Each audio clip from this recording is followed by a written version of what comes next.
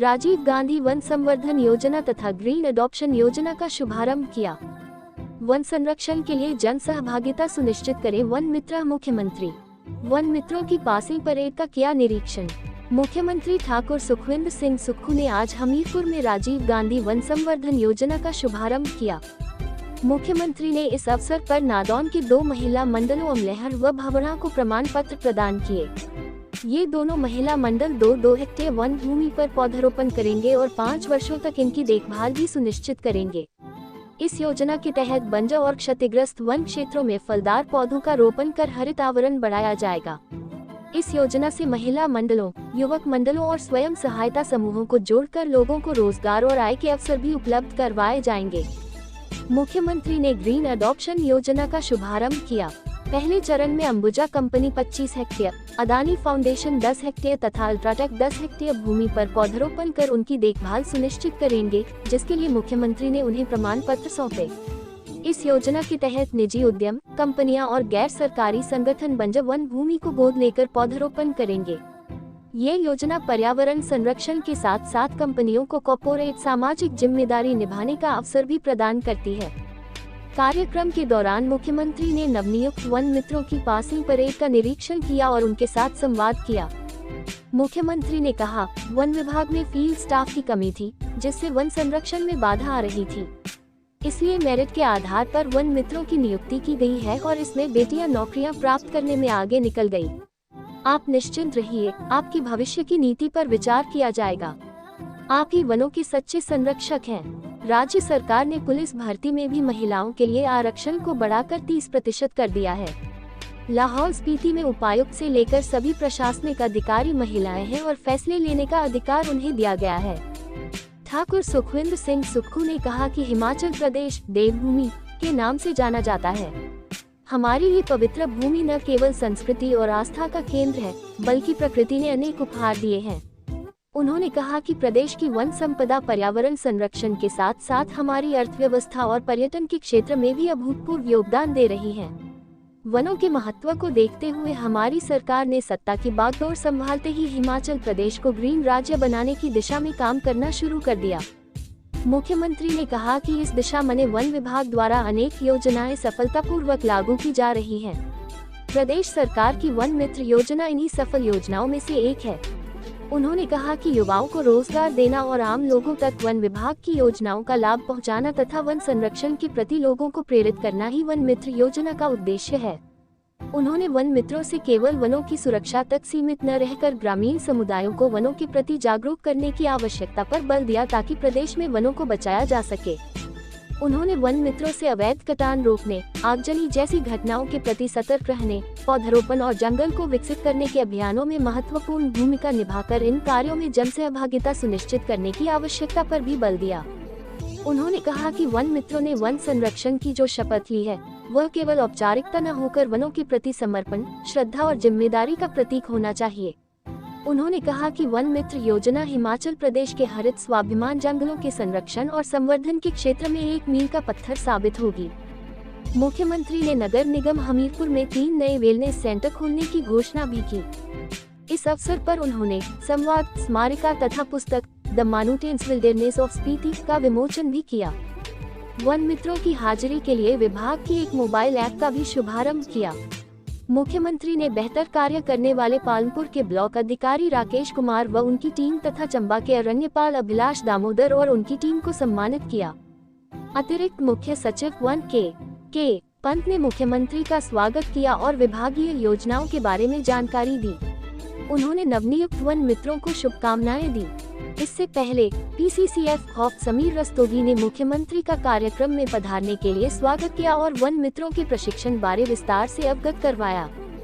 इस अवसर पर विधायक कैप्टन रंजीत सिंह राणा, मुख्यमंत्री के राजनीतिक सलाहकार सुनील शर्मा, कांगड़ा केंद्रीय सहकारी बैंक के अध्यक्ष कुलदीप सिंह पठानिया, कांगड़ा कृषि एवं ग्रामीण विकास बैंक के अध्यक्ष रामचंद्र पठानिया, हिमाचल प्रदेश पिछड़ा वर्ग वित्त विकास निगम के अध्यक्ष मोहन लाल, एपीएमसी अध्यक्ष अजय शर्मा, पूर्व विधायक मंजीत सिंह डोगरा, कांग्रेस नेता डॉक्टर पुष्पिंदर वर्मा, सुमन भारती, सुभाष ढटवालिया, उपायुक्त अमरजीत सिंह, पुलिस अधीक्षक भगत सिंह और अन्य गणमान्य उपस्थित थे।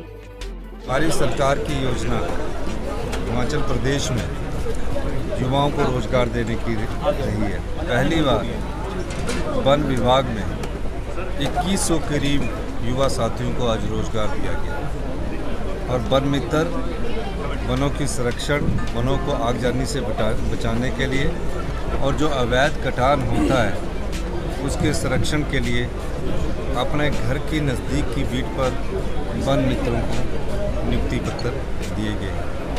2100 लोगों को आज युवा साथियों को यहाँ रोजगार मिला, जिसमें 55% बेटियाँ हैं। मैं ये कहना चाहूँगा कि जहाँ हमारे संसाधनों का सही प्रयोग हो और वनों को सुरक्षा प्राप्त करने के लिए इस प्रकार की बीट वाइज नियुक्ति करना जरूरी था, जिसका आज पासिंग आउट परेड। चयन योग में भर्ती प्रक्रिया शुरू हो चुकी है। 917 TGT non medical, medical arts के पदों की भर्तियाँ शुरू हो चुकी है। 1 महीने तक उसका एप्लीकेशन भरने की डेट है और उस प्रक्रिया के तहत एप्लीकेशनें भरी जा रही है। भारतीय जनता पार्टी की सरकार ने प्रदेश की संपदा को लुटा के रख दिया। जयराम ठाकुर जी ने चुनावों से पहले जिस राज्य के पास जो आरडीजी थी वो 11,000 करोड़ के करीब आती थी, इस वर्ष हमारे पास सिर्फ 3200 करोड़ रुपए की आरडीजी रह गई। आरडीजी का मतलब है रेवेन्यू डेफिसिट ग्रांट, जो उन राज्यों को उपलब्ध करवाई जाती है जिनकी आर्थिक स्थिति ठीक नहीं होती और जिनकी आर्थिक स्थिति के आधार पर ये राज्यों का गठन नहीं हुआ था। तो 11,000 करोड़ के बाद जिस राज्य के पास 3200 की आरडीजी रह जाए, किस प्रकार की वित्तीय स्थिति होगी। और जो जीएसटी कंपनसेशन सेस था, यानी कि जीएसटी लागू होने से पहले हिमाचल प्रदेश में जो वैट और एक्साइज के रूप में कर मिलता था वो तकरीबन 5,000 करोड़ के करीब था। जीएसटी रिजिम लागू हुआ, वो जो हमारा जीएसटी रिजिम लागू होने के बाद जो वैट एक्साइज सब बंद हो गया। आज पूरे प्रदेश से जीएसटी के रूप में जो बद्दी से और दूसरी जगह से 4 से 5,000 करोड़ आता था, महज 150 करोड़ रुपया रह गया। केंद्र सरकार ने उसकी भरपाई के लिए जीएसटी कंपनसेशन सेस 3200 करोड़ रुपया हर साल दिया और जून 2022 में वो भी बंद हो गई। फिर भी कठिन वित्तीय स्थितियों के बावजूद हम प्रदेश की आर्थिकी को मजबूती करने में जुटे हैं।